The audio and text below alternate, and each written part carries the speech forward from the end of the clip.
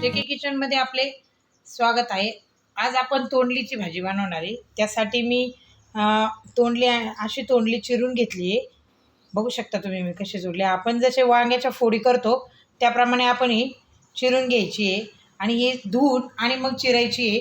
त्यासाठी मी एक कांदा पण चिरून घेतला आणि टोमॅटो पण चिरून घेतले। आपण आता त्याची रेसिपी बनवूया। झाली आता आपली। त्यामध्ये मी हे तेल टाकणार आहे। थोडंसं तेल टाकायचं आहे आपल्याला। आता ही जी चिरलेली तोंडली होती ती आपण थोडीशी यामध्ये तेलामध्ये थोडीशी भाजून घेणार। छान अशी आपण आता ही भाजून घ्यायची।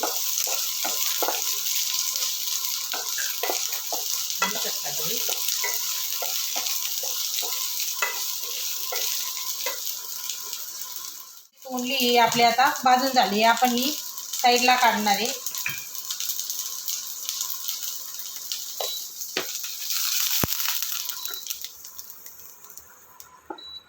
आता आपण भाजीला फोडणी देणार आहे। खूप छान आणि पौष्टिक अशी भाजी होती। आता आपण यामध्ये तेल घालणार आहे थोडंसं।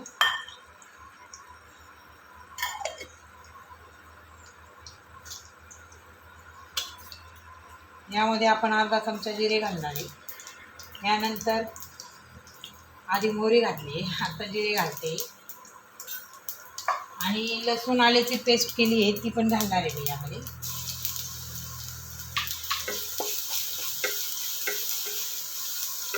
ते झाले की आपण यामध्ये कांदा घालणार आहे। छोटासा कांदा मी चिरून घेतला आहे तो घालणार आहे। आणि असा आपण कांदा लालसर परतून देणार आहे।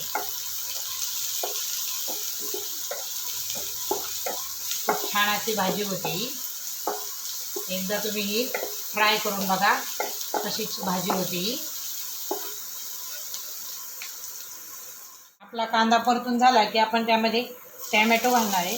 टोमॅटो आपल्याला मऊ होईपर्यंत चांगला असं परतून घ्यायचं आहे, जेणेकरून टोमॅटोची टेस्ट पण छान येईल आणि टोमॅटो असा मऊ झाला चांगला शिजला पाहिजे असं त्यामध्ये छान असा परतून घ्यायचा आहे। झटपट भाजी होती।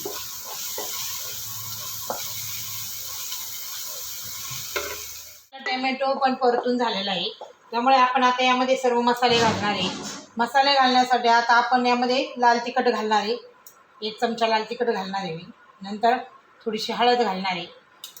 गरम मसाला पण घालणार आहे आपण यामध्ये।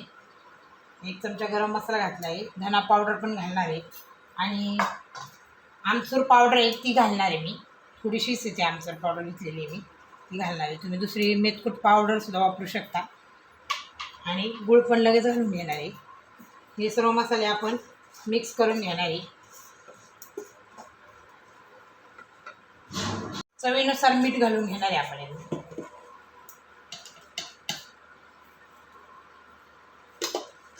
मिक्स करून घ्यायचं आहे मीठ पण आपल्याला।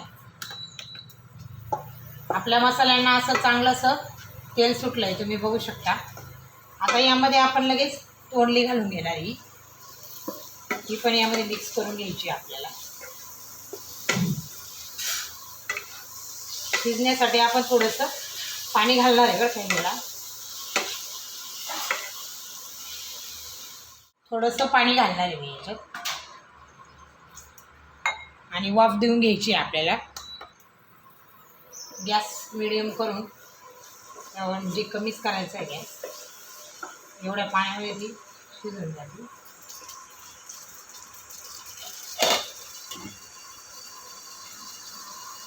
वाफ देऊन घ्यायची।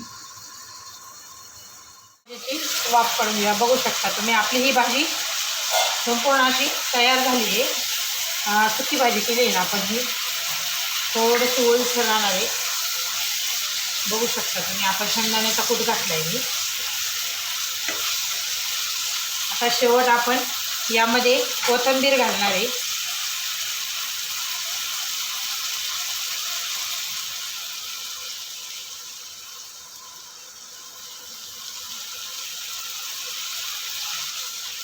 कोथिंबीर आपण यामध्ये मिक्स करून घेणार आहे।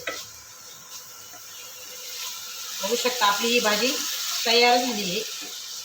छान अशी भाजी तयार झाली. बघू शकता तुम्ही आपली छान अशी तोंडलीची भाजी तयार झाली आहे. खूप सिंपल आणि इझी रेसिपी आहे.